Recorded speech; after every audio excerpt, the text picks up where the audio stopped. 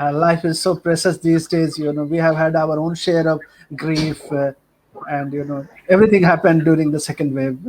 Losses in the family, relatives, friends, everything has happened.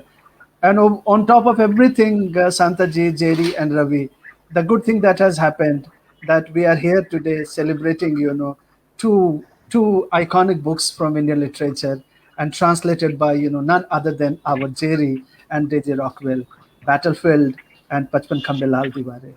So thank you very much, Ravi, Jerry, and Santaji for joining us. It has been a journey for us as Indian Novels Collective. We began, 3-4 years back, thinking about, to in our own humble and a small way to contribute to a landscape, a new landscape of translation emerging in the country. India of late has become, as Ravi always reminds me, a new land of translation, a new language. I was mentioning to Jerry that Katsi Jerry, that we have got a new language of translation, a so beautiful, lyrical, poetic language of translation. So here we are today, Indian Novels Collective, and I want to thank all my co-founders, Sangita Jindal from JSW, Anuradha Parikh, G5, and Amrita Somaiya from Kitab Khana, for being together, supporting each other, and contributing to this, a collective, a collective in the sense of, creating readers community that has become so important during pandemic. When we went into our own self-imposed isolation and the lockdown, we realized that how important it is to be connected to our cultures and our languages. So what we have done over last 3-4 years to create a readers community, online readers community, through our regular updates on translation from across the languages. We have gone to all parts of the country. So there is a very inclusive methodology to speak to different languages and cultures through our collective. And also we thank Sangita Jindal, JSW, for supporting us, giving us a grant so that these translations are out. And writers, translators, readers, in many ways, Sangita Jindal and JSW have supported us. We are very grateful to them. And without their support, this would not have happened, And Ravi, particularly, you have been an amazing friend, Ravi. And I don't think, without Ravi, I don't think I can imagine Indian Novels Collective, and particularly translations, and more translations are coming from Ravi's own, when a tiger speaks, whether he is in Himachal or is in a Delhi, he always speaks in a language that's so friendly. That's so friendly. Even when Ravi doesn't speak and goes into a silent mode, we hear the translation.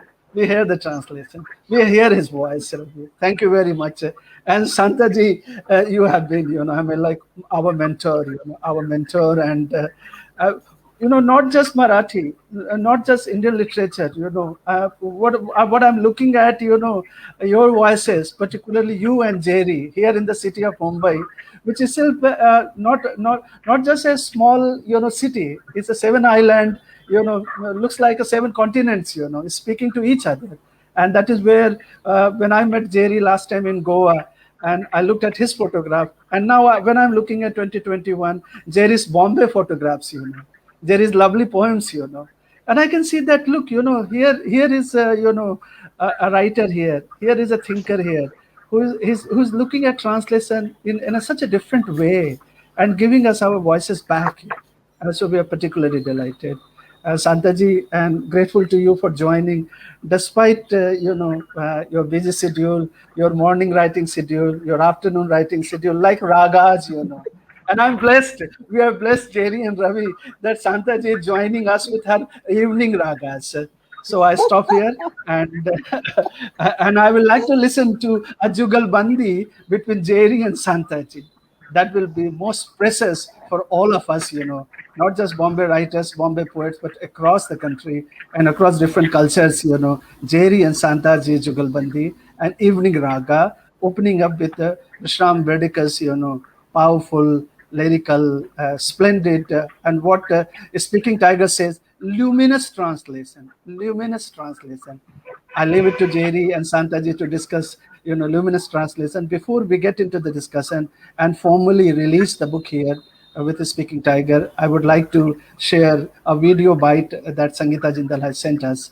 So please allow me to share with all of you and the audience this Sangita Jindal's, our supporter, our co-founder, what she speaks about Indian Novels Collective and translation in general. Thank you very much. Languages are lifelines that connect people across regions and across continents. Our lives and dreams, struggles and fantasies can be shared thanks to the power of translation, which makes it possible for us to know each other with greater wholeness and richer depth. In a country like India, we have 22 languages in the 8th schedule and around 20,000 mother tongues in circulation. This number is truly staggering. Translation in this context is more than just a language to language transaction. It is an activity that connects communities and individuals, hearts and minds. The JSW Group endeavour to support translation activities led us to form the Indian Novel Collective. The Speaking Tiger, we are proud to present some of the most brilliant voices from our languages for a wider readership. Vishram Bedekar's Marathi novel Ranaangan has been brilliantly translated by Jerry Pinto, and Usha Priyambada's Hindi language opus Pachpar Kambelal Diware has been sensitively translated by Daisy Rockwell. The JSW Group is committed to making sure that the literary heritage of our country is promoted and finds new contexts and interpretation with new readers. Supporting translations ensures protection our core strength as a nation, our phenomenal diversity and its underlying unity.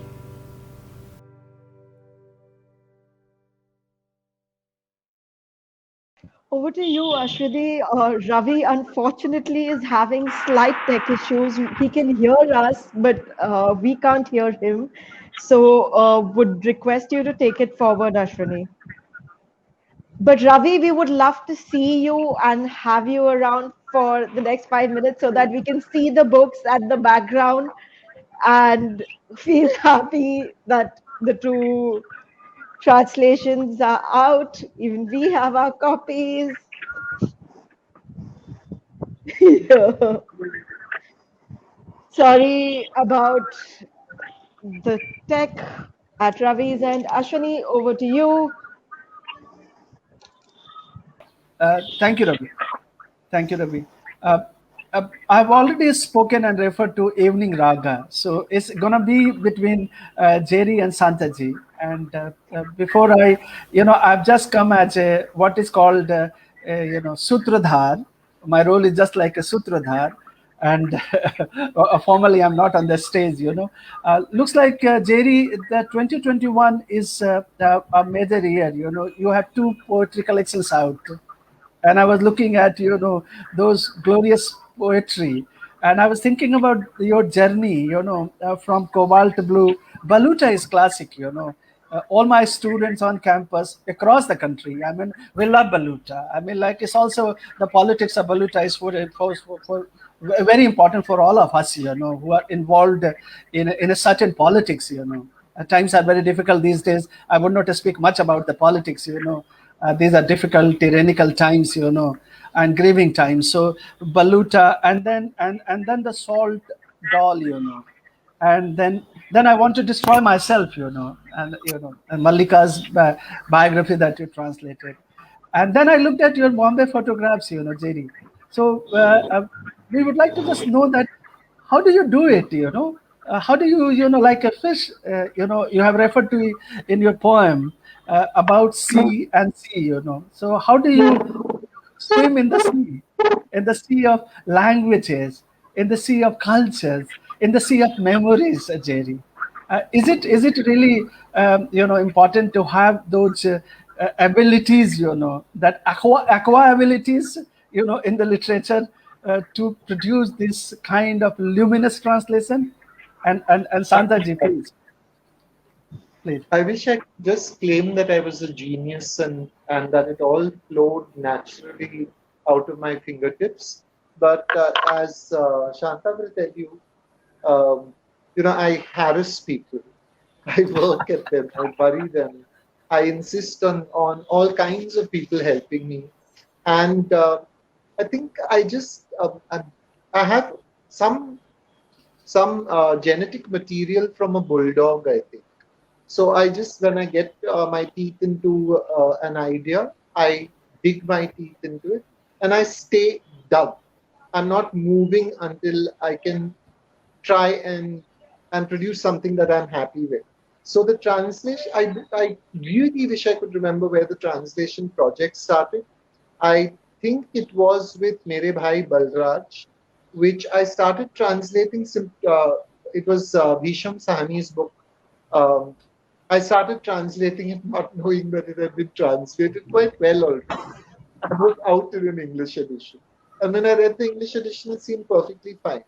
Then I did several other translations after that just because I wanted to try my hand at translation. And they were all pretty terrible. But the last one that I did, which seemed almost okay, I thought I might be able to put my name to it, was just before Cobalt Blue.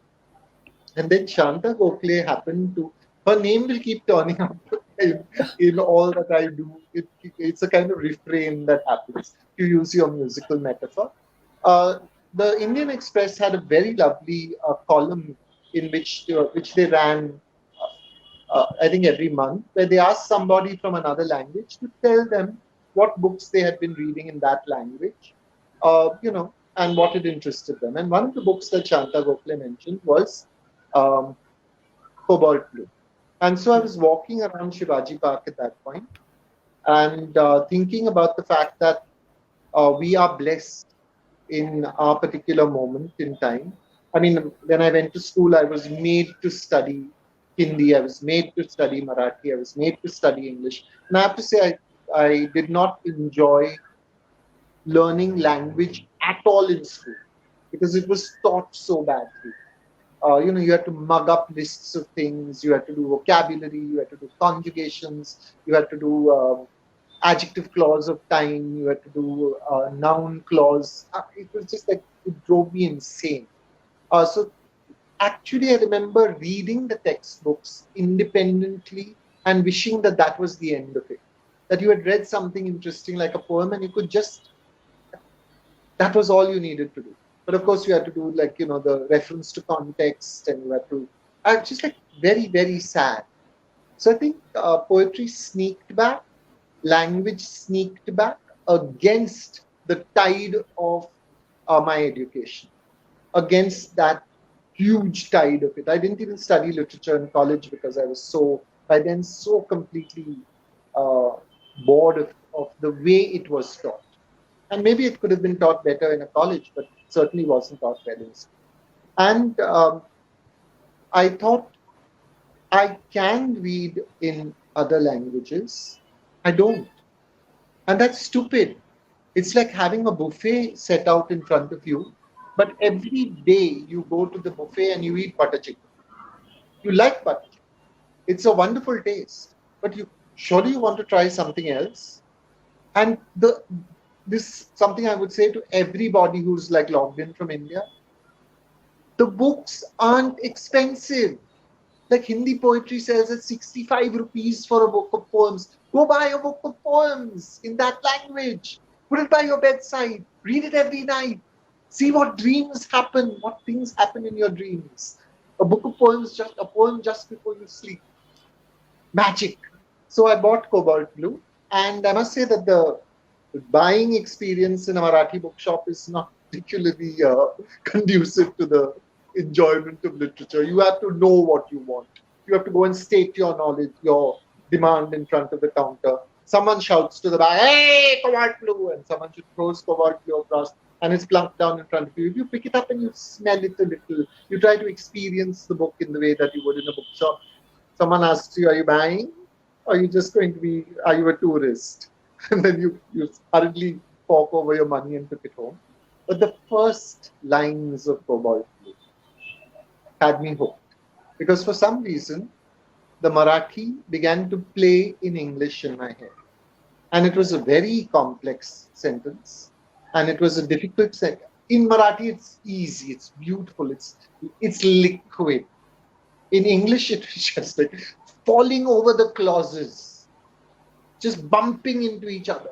Nothing seemed to be working. And even as I read on into the book, I was actually stuck on that first sentence, just like moving it around, moving things around to get the sense of it intact.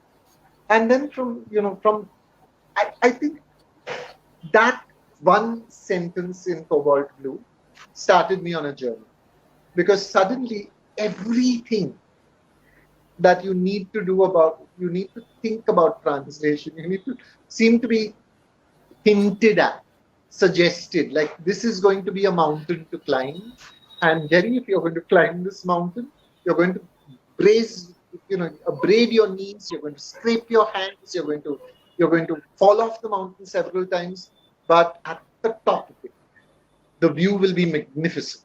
And for that view, I climbed that first mountain, and each time I was going to slip off the mountain, I had the steadying presence of Shanta Gokhale. So I just got lucky that I live in Mahim, hence Mahim Ka Jerry, and that Shanta Gokhale lives in Dadar, and that at any time that I needed, I needed to be pulled out of a crevasse into which I had fallen, or if I had stumbled badly and left my stores behind, I could just walk to Dadar and I could find my way back again. Lovely, Jerry. Jerry, this is a beautiful experience, and I remember quoting from your poem, Jerry. We lie quietly, listening. The whales are singing each to each. It seems like you and Santaji singing it. No. Listen. So yeah, this is from your poem. This is from your poem, Jerry. and both of you, today you're weaving a language, a translation, and we will listen to language again and again. We won't become whales, Whales live closer to you. By quoting Jerry, and I would like Santaji to respond to that. Jerry, once you said, rather famously, what makes a new book new is that the old story has been told differently. Now, when you are translating, you have got to respect the newness of the telling. Santaji and Jerry, both. Would you like to respond to this translation, this battlefield? And what do you find here new, Jerry and Santaji? Jerry, as a translator, because for me, there is no hierarchy between original writer and the translator. Yeah. I think I'd like Shanta to talk about Ranaangan first. Yeah, Shanta? Yeah. I'm sorry, I haven't read it. What? Haven't read the translation. You've heard that's all right. But could you that's talk about 5 years ago. Yeah, that's true. My gosh. And my memory is failing. Huh. I do not remember either the translation or the original. Okay. So then I think fundamentally for me the book's importance is that it has a cargo. This is a book set in a ship.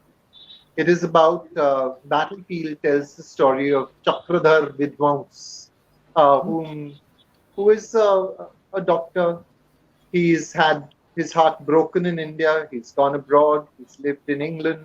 He's visited Paris. He's world weary. He's a cynic. He doesn't believe in love anymore. He gets on board this ship going home because it's 1938-39. War drums are beating all over Europe, and it is time for a good Indian boy to go home. And on board the ship, he meets a young Jewish woman who is fleeing Nazi persecution. He has, of course, no plans to fall in love. On the first night when they are after they are talking, he goes and has a bath. He lies in a bath. He smokes a cigarette, and he thinks about the possibility of having an on-board romance, a shipboard fling. And he thinks that it'll be 9 days, and then they'll be done, and it'll be all over. But so that's the love story. And that if it were just that love story, I don't think I'd be very interested in the book. But in the cargo of this ship, the subtext of this novel is the rise of fascism and the way in which each one of us will have to choose how we will live in a world that is increasingly fascist. It's actually, that is your challenge. That is the thought experiment, the Gedanken that Vishram Bedekar sets you. We live in an imperfect world. How do you seek to negotiate with that imperfect world? It is not as if the book is not didactic. The novel is not didactic. It will not give you solutions. It will not tell you this is how you should live in the world. It will present you with the problem. Now, I have the feeling that almost all love stories give us an opportunity to see how we would respond in the same situation. So, the most famous one I can think of right now, off the top of my head, is Gone with the Wind's Scarlet and Red. And, frankly, my dear, I don't give a damn. And there are many friends I know who have written a last chapter in hand on the end papers of Gone with the Wind, saying the next morning Scarlet woke up and she got dressed and she went across to Red, and she begged and pleaded and whatever, and then they fell in love again, and they lived happily ever after. A love story is a challenge to make it your love story, to imagine yourself in the throes of that kind of emotion. Because in a love story, everybody puts love front and center. But what if you're putting love front and center, but the political scenario that you have, the political scenario that is working its way out in the larger world, the grand narrative, is opposed to that. In this day and age, I think Ranaangan is a book we all need to read. And I'm not saying this just because I translated it. I'm happy to have translated it. I always say, Marathi is full of these lovely low-hanging fruit.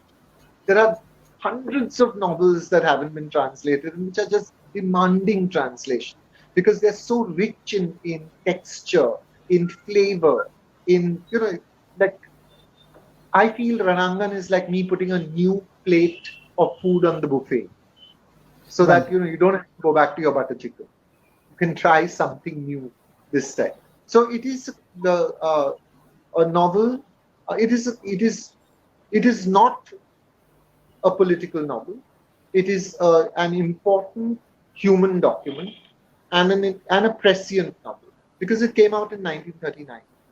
1939 means, the First World War hasn't started yet, or it's just started.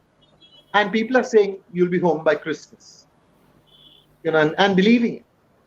But not for 5 Christmases, and not until the map of the world is rewritten, and not until the Holocaust has happened, and not until the final solution has been tried and has failed, not until Mussolini and Hitler have been pulled down, not and for a long while. And this book came before that. Lovely. Something. May I just come in? Please. Yeah.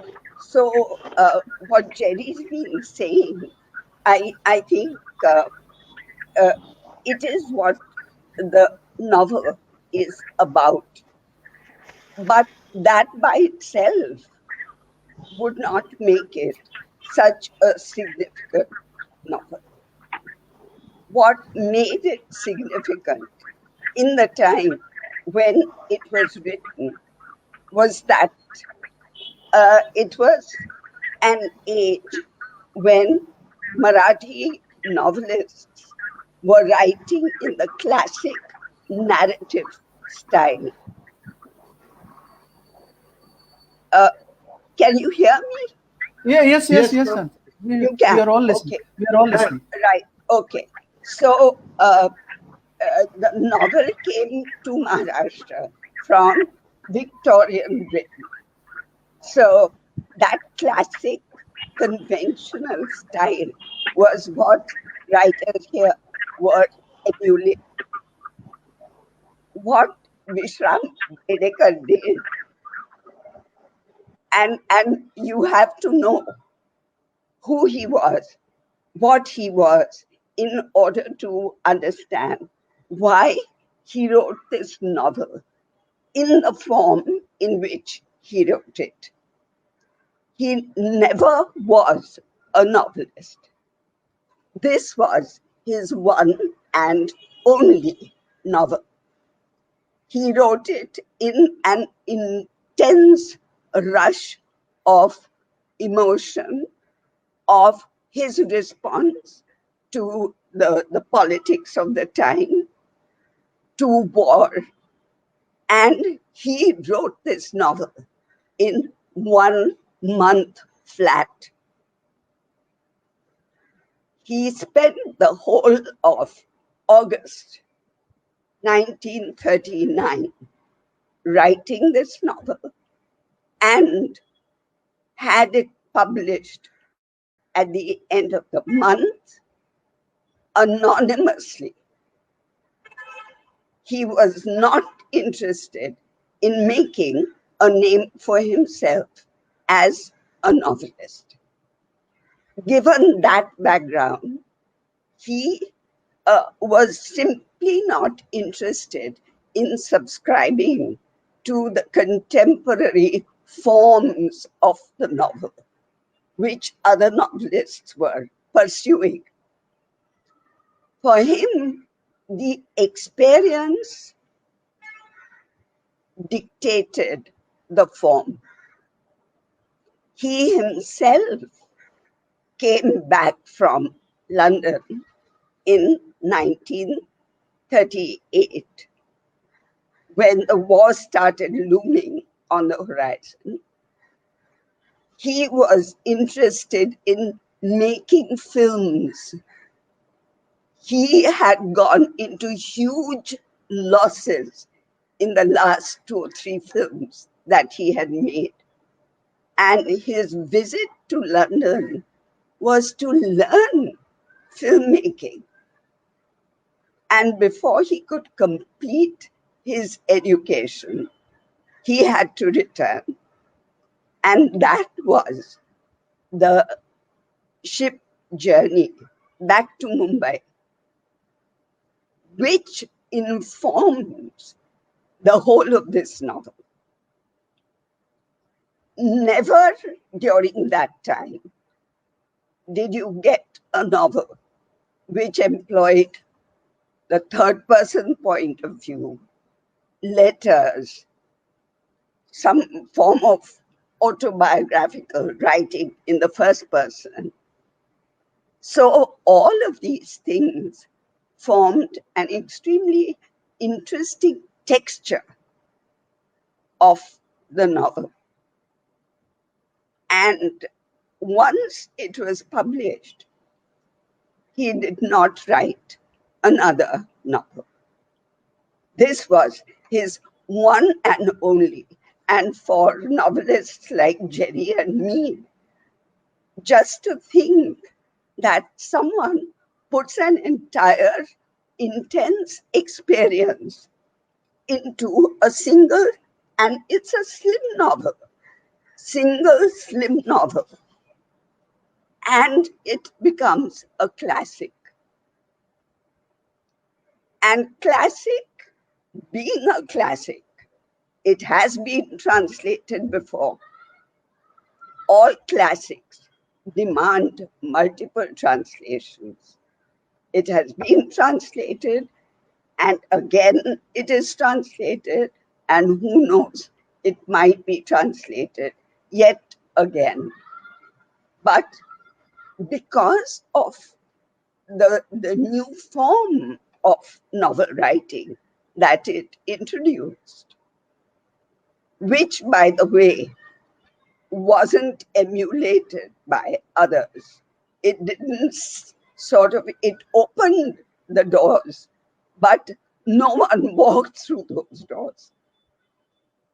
And therefore, for the longest time, it remained a singular work in that kind of form, which is what makes it a classic in Marathi literature.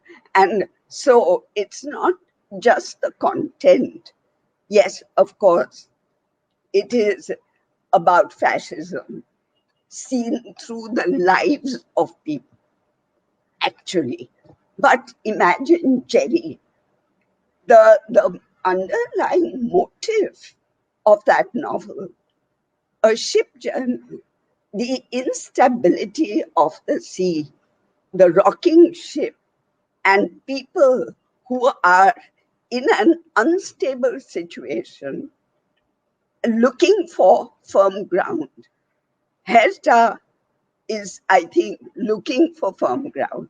I don't think she gets off in Mumbai. She carries on further to the east, Japan or China, somewhere. Anyway, so it's, a whole lot of people thrown together on the ship. And somehow ship journeys remind you of the slave ships. Slaves who knew nothing about the country they were going to, the life that they were being led into. It's that sort of instability that the ship journey introduces as a motive to the novel, which is the big thing about it. So I think if you think of the novel in its time, in its form, then you understand why it became a classic in Marathi literature. I've finished. I say. No. We need a code, I think. We need some kind of code for these meetings where you say this or something, which means, okay, go back over to you then. Yeah, no, Jerry, so was it like a ship journey for you while translating, Jerry? Because I quoted from your poem, I quoted the sea, and I was a little kind of hooked onto that. The Jerry double C, So did you go through this experience, Jerry? Santa? I think generally when you're writing a book of your own, you are on, I think you're literally on a raft, and you have very little between you and the sea. With a translation, you're on a raft again, but you have someone with you. You have the book, you have an associate voice. Now, very often the other voice is a voice that you perhaps do not agree with. It is also, a voice that you might think, I wish you hadn't done that right now. I wish you hadn't said that or said it in quite that way. It would have been easier if you had done this. And what are you thinking? Why are you thinking this? You're thinking that because you're bringing your navigation to someone else's navigation. You're bringing your sea to someone else's sea. Someone said you never crossed Herodotus, Heraclitus, I never remember who. You never cross a river twice, the same river twice. You're different, the river is different. You're different. The novel is different because it is not the novel that person wrote. It is the novel you have read. It is the novel that you are now internalizing in a way. Because you're reading this novel constantly. You're reading it again and again. You're reading it with the attention of a lover with a love letter. you're paying really careful attention to. You're often railing against it, pushing against it. So it becomes a very intense association. And I think the only thing that comes close is when you're reading your own work again with the purpose of editing it, and with the idea of editing it. You're thinking, I need to get this in shape. It's here, but it's not working right now.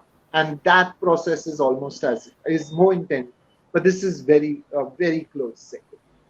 So it is almost always rough weather when you're translating.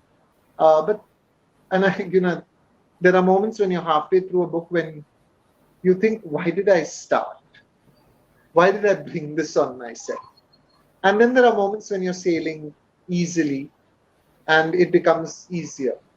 I think what really was interesting is that language is also a very important part of this entire unstable journey that Shanta was talking about. There is a man, German, on board the ship who's trying very hard to learn English.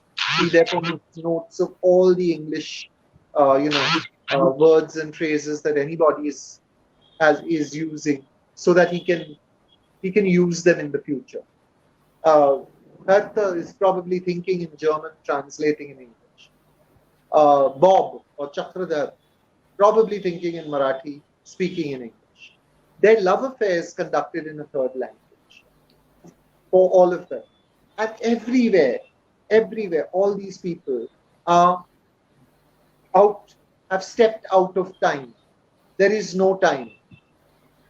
He says somewhere, this ship has a wonderful set of amenities. There's all kinds of things, including a swimming pool, but there are no calendars. So every time we touch land for a moment, we reorient ourselves in time and space as well, because space is completely fluid. He points out that everywhere there's just the sea. In any other kind of journey, and I think he was talking about land journeys really, there are markers. There is a river, there is a bridge, there is a village, there is even a tree. Here, there is only the sea. All around you, right up to the horizon, the sea. And one moment when two ships pass, one ship is Italian and one ship is French. And what breaks out almost is a small war between the sailors of the ships. So at that one moment of possible contact, the one moment when you're seeing another human being, another set of human beings, at that moment it is time for the French soldiers to be mocking Mussolini, and the Italian soldiers to be mocking the French, and then the ships pass and they are alone again. So I think this. A really interesting study can be made of this metaphor of the sea journey. And we all know, of course, that every journey is not about, journeys in books are really not about people moving in space and time. It is about growth. It is about, it's about you moving inside your head from place X to place Y. And in the optimistic kind of books, place Y is a better place than place X. And in the realistic sort of books, place X and place Y are not very different. But the person who has moved from place X to place Y is different. So, Santaji, I'm quoting you.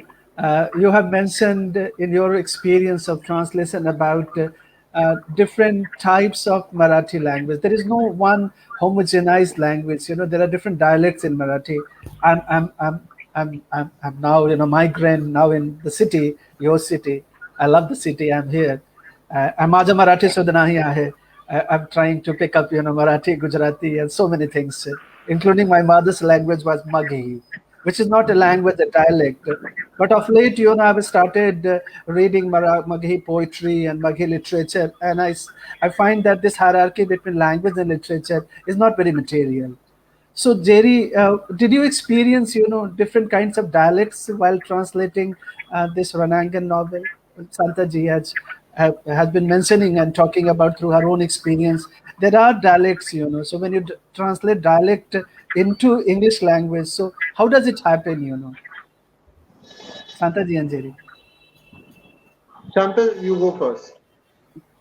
Well, it is actually an extremely difficult thing to translate dialect because obviously, if you're translating into English, uh, your choice could be to translate into dialect in English, which you know, because what a dialect suggests is that the person is probably not a citizen of, he's not an urban person, belongs to a rural background. Uh, what happens, and I've never even by mistake done that, because when you translate into a dialect belonging to the target language, then you are evoking a whole set of associations that belong very specifically to that language. So it's not a good choice. What I have translated a novel, uh, half of which was in dialect. And my solution, I said to myself, look, dialect is not just a question of words, it's a question of thought and feeling as well. So if you express the thought, if you understand that way of thinking and that way of feeling, automatically it gives you a language that will express those things. And so I have relied on the original to actually feed me my language of translation. And it's the best that one can do with dialect. It's otherwise a tough problem. In fact, that's precisely why I thought that Jerry could start his translation journey Marathi with Cobalt Blue, which is an urban novel. So he wouldn't have to face what he faced to some extent with Baluta, which came later. So it is dialect is tough, humor is tough. Because if humor is verbal, like I've tried translating Pula Deshpande, it's verbal, situational humor. Situations are very specific to Marathi culture, and the humor comes through the Marathi language. You can't do much with that in English. So there are a lot of problems, and in fact, Ishiro, Kazuo Ishiguro, Kazuo, Kazuo, what is it? Whoa. Kazuo Whoa. has said as advice to novelists writing in English, write translatable English. That is his advice to writers, because he has made his pots of money on being translated into 40 languages. And I think very consciously he hasn't caused problems to his translators. And he thinks all of us should adopt that as a policy of writing. Jerry didn't do it in his M and the Big Whom. And I had massive problems translating that.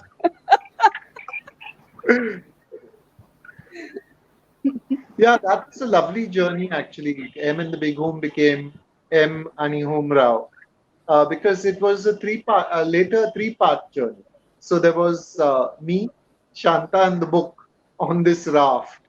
Because after she finished translating it, she read it to me, and I, of course, had very, very few objections or suggestions or anything, but it was just very interesting to see how a really, really skilled translator or someone who's been working at it and who is sensitive to language and nuance works with and a near untranslatable book. I would think M in the Big Home is near untranslatable because, a simple phrase which M uses at one point, Roger take over, was misunderstood by some reviewers as Roger being the name of the unnamed narrator, and he was unnamed. Roger Takeover is just a phrase. And working with Shanta, figuring out the ways in which a song that M sings could be taken into to Marathi, while not losing the essential Goanness and Roman Christianness of the original text, was fascinating. And I think it was wonderfully timed, I think, because it came around in the early stage of my translation career. I think it was just after Cobalt Blue and before Baluta. So I got a kind of like 21 day, I think it was about 21 days that we worked together on M in the Big Home, about an hour every day. I got a 21-day masterclass in the thought process behind translation. How would you work with a song? How would you work with a joke? How would you work with a pun? How would you work with someone who is pre-associating through language? All massively interesting solutions that were being worked out for me, and it wasn't just how shall I put it, an academic interest. It was an extremely emotional connect that I had with the book. So, it was really, really exciting to be in that small quiet room, which I can see in the background there. Yeah, Shanta. Remember, Jerry, one of the things that I didn't get was May. Yeah. Remember? And that is a word for mother. Yeah. And I thought it was something like May West. And exactly. This was M's second name or something. Yeah. And so a lot of these Portuguese things which he uses tripped me up constantly. This one really tripped me. I remember, you're taking me, but that's mother. Okay. I remember once a friend of mine said, you're Tiana, Tiana. And I said, no, her name is Anna, but she's called Tia Anna, meaning Auntie Anna. And we just say Tiana so quickly that you don't actually separate it. So you say Tiana. She said, I thought it was like Tijuana, Tijuana, one of those names like that. So this is the thing, you think you're writing an English novel, but there is a Konkani underbelly. There is a Portuguese, there are Portuguese resonances. There's Hindi because, everyone lives in this city. So, and there is the non-verbality of M's mother as well. How do you do that? That she doesn't actually use words, but she uses placeholders. Anyway, so I'm saying, I think, when we think about, say, translating Ranaangan as one thing that I did, that's kind of like I'm glad we're having this conversation. I'm glad we're having it with Shanta, Ashwani, because actually I feel that we're establishing a process. The way in which things happen actually in real life, that no book is a single event. It is a process, and it comes at a certain stage in the process. Some of the questions I'm getting and responses from the audience, and people like to know from the two legendary translators, writers, novelists here. Did you take any liberty with Vishram Bedekar's novel? I mean, the only novel, the classic, Santaji. I am of the belief, I'm strongly of the belief that if anyone buys this book, it is not because they will buy it for Jerry Pinto. They will buy it for Vishram Bedekar. They will buy it for Ranaangan. They will buy it for the story. They will buy it for whatever reason. But Jerry Pinto is really not likely to be. So I am not going to take any liberties. The liberties I take will be liberties that I will have to take because of the nature of English and because of the nature of Marathi. Those are the only liberties I will allow myself. But otherwise, I am a faithful translator. And I believe that there are those old things about translation can either be faithful or beautiful and not both. I don't think so. I think a translation can be faithful and can be beautiful, but you just have to work much, much harder. And I have great mentors in that. I have Shanta Gokhale as my mentor, and she's never done an ugly translation. So I've learned that I've stood on the shoulders of giants. Yeah, lovely. That's a lovely metaphor, sitting on the shoulders of the giants. And I'm remembering, Gandhi's classic, iconic Hindu Swaraj that was written on Kildonan ship, in the sea. So I'm comparing your translation to the great text, the political text, Hindu Swaraj, and I hope that that stirs a new kind of Hindu Swaraj in Indian literature. But for the first time in a 50 years career of translation, I am taking liberties. Yes, I'm translating another classic of Marathi literature. But this novel was written by a writer who was more interested in sociology than in the craft of a novel.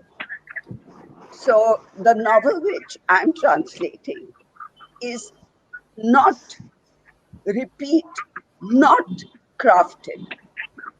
There are huge passages which are digression. There are places where he loses the thread of the story. But it is still one of the most important novels in Marathi literature, and I owe it to translate it. But I'm taking liberties and I'm enjoying taking them. And as Jerry said, the original writer is always sitting next to you. And I'm telling him, look, chum, this kind of writing won't do. You required a very strict editor. You required a Ravi Singh. You didn't have him. And so you wrote like this. But I'm not just a translator. I'm also an editor. So I'm going to set your novel right and give to readers the wonderful essence of this novel, the wonderful characters, the amazing situation. These are the things which I value, which I'm going to pass on, but not in your style. So I'm taking full liberty. I think you have the right. I may one day grow into to that place where I feel I have the right to do this. But right now I feel I would probably, if I had a Brahmin Kanya on my plate, I would say then I can't do this. And I'm glad you're not saying that, because it'll be very interesting to see what happens afterwards. I'm enjoying it immensely. Central to all great works that happen is that there should be some enjoyment. Yes. If you're doing it like out of some place of pain and gloom, then you're not going to do anything really great. Yeah. Yeah. Ashwani, we lost you.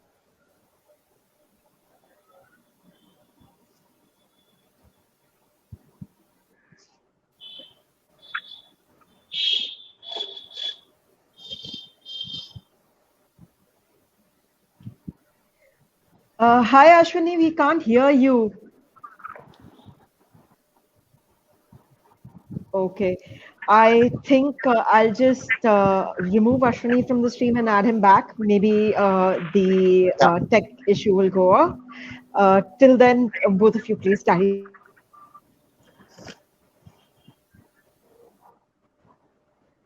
Hey, hi Shanta. We are standing by. Yes. Come and sit by. Ashwini is still not audible. I think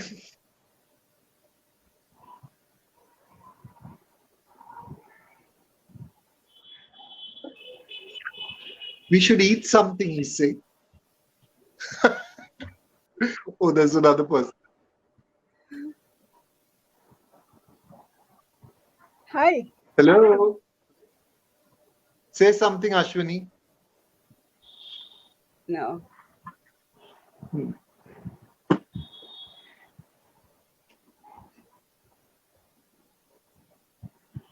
Take off your dentures. No, I don't have any. Imagining what he was saying. Oh, look at the book. Read something from the book. Is that what he's saying? Read something from the book. Okay, I think a very short passage is a good idea.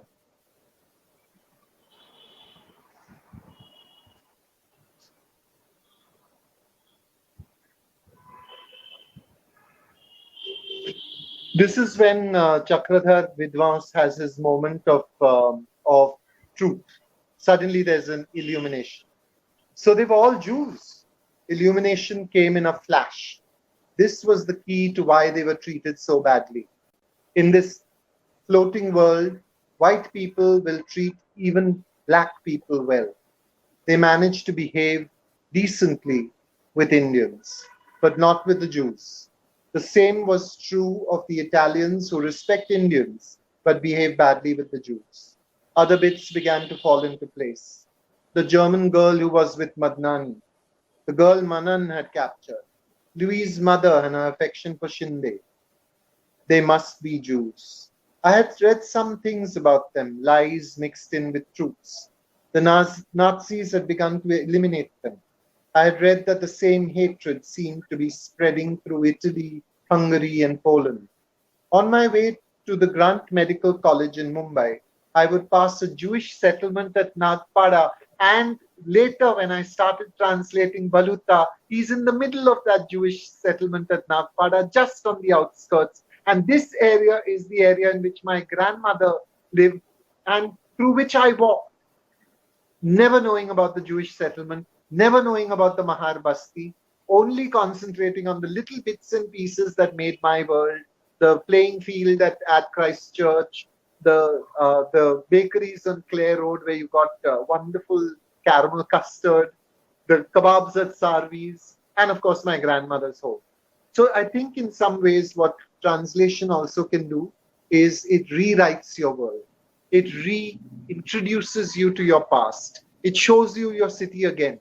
It brings you to another place, and you can revisit those places in a way that has been denied to you if you just stay with one language. Yeah. So thank you. I think Shanta, you're being asked to say something. Me? Yeah. No. What do I say? Sorry. Keep on reading. Read some more. You read some more, Jerry. Yeah, so that's what Ashwini is asking you to read some more if you would like to read some more. And actually, we just wanted what you felt about this paragraph, Shantatai, on the Jewish settlement in Bombay, in Mumbai. Me? What I said? Yeah, about the way he worded this paragraph. I felt much more about what Jerry said about how translation helped him to rediscover the spaces which he had occupied which is so true. That's what I nodded violently about and smiled about. Yeah. I think that's the beauty about translations. It just helps us rediscover things that, which we would not find otherwise. And on that note, I will just see if we have any questions. And this is the last call for questions to ask Jerry or Shantatai anything about translations, anything about Ranaangan, the novel. If you've read it, please share your comments. We'll just flash it up here so that the both of them can see, and even Ashwini can see. Yeah, I can see. Finally. Oh, lovely. Ashwini is Lovely. Lovely. Thank you very much. Thank you, Jerry. I'll Thank take you. a back seat again. But I must mention, Jerry, two persons here. It's a very, very important occasion for the journey of Indian Novels Collective, and I'm missing two of my great friends, Kiran Nagarkar. Kiran Nagarkar insisted on the translation of this Ranaangan, and he insisted that none other than Jerry would touch the book. Thank you, Jerry. Grateful to you. Remember Kiran, I'm missing my coffee with Kiran. I'm missing his fragrance. I'm missing the beauty of his language. Santaji, and again Manglesh Tabral. Manglesh Tabral was so important to all of us, and he was very, very kind of in fact conservative about that. If you are going to translate from Hindi novels, Pachpan Kambe Lal Diwari. I mean, like, this is around, I would cycle down to the college, all girls college, not allowed to go inside, but I would enter into the novel and see how girls are in the college, trapped in the new modernity that were descending on the city of Delhi. So thank you very much. And I'm hearing such nice words. And the way you read it, the hearts of people are stopping, They're wanting more and more from Jerry. They're wanting more and more from Santaji. Lovely to have you. And please bless Indian Novel Collectives with all your affections and love in future. Now we are coming out with, new set of novels. Ravi is with us. Hope he is listening us. Perhaps somewhere, wherever he is, he must be listening. And he must be, thanking all of us that we are together in this pandemic. Thank you. Anything, Santaji, the last word. My last thing is, if you want more from us, from Shanta and me, you have to buy a lot more translations. Now, I'm not saying that all the translations that you buy will be good, but I'm saying that you need to support translation as an activity with your wallet. Okay? Because if the book, the reason why we do this is because really we would, you become evangelical for the novel that you love. You want to say, hey guys, everybody should read this. And then if the book doesn't sell, then you feel like going out and clubbing people on the head and saying, hey, listen, come on, just try this. Okay, let me read you 5 pages. And of course, people smile at you slightly and look slightly. I've done this in bookshops. I've actually stopped people and said, can I read you from this translation, which I really love? So please support translation. Every time you buy a book in English, buy a book in translation side by side. Balance your reading on. Yeah, buy lots of books. I hope all the listeners are, all the listeners are taking it very seriously. And Jerry, what we do, I'm hoping. Jerry, books are expensive. Coffee is expensive. Books are cheap. Yeah. For what they will give you in the long term. And Jerry also, the last word, from our collective. We also organize readings, So once the pandemic is over, we will be going to festivals. We will going to the sites, traveling, walking with your books, So that way, we are going to, as you do, we will going to the homes of people and asking them to buy the book, read the book, Thank you, Santaji.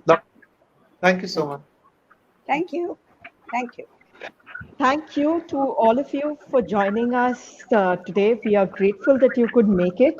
And thank you, Jerry. Thank you, Shantatai. Thank you, Ashwani, for hosting today's initiative. We would request all our listeners to please order in Ranaangan, The Battlefield from Speaking Tiger, from Kitabkhana. We have the books. Please order in and support translations and support Indian literature and independent bookstores. Yeah. Go to your bookshop I think Kitabkhana is open again. Yay! Yes, Time to go. yes, Just Kitab Khana right. is open again. So Yay. thank you. Thank you very much.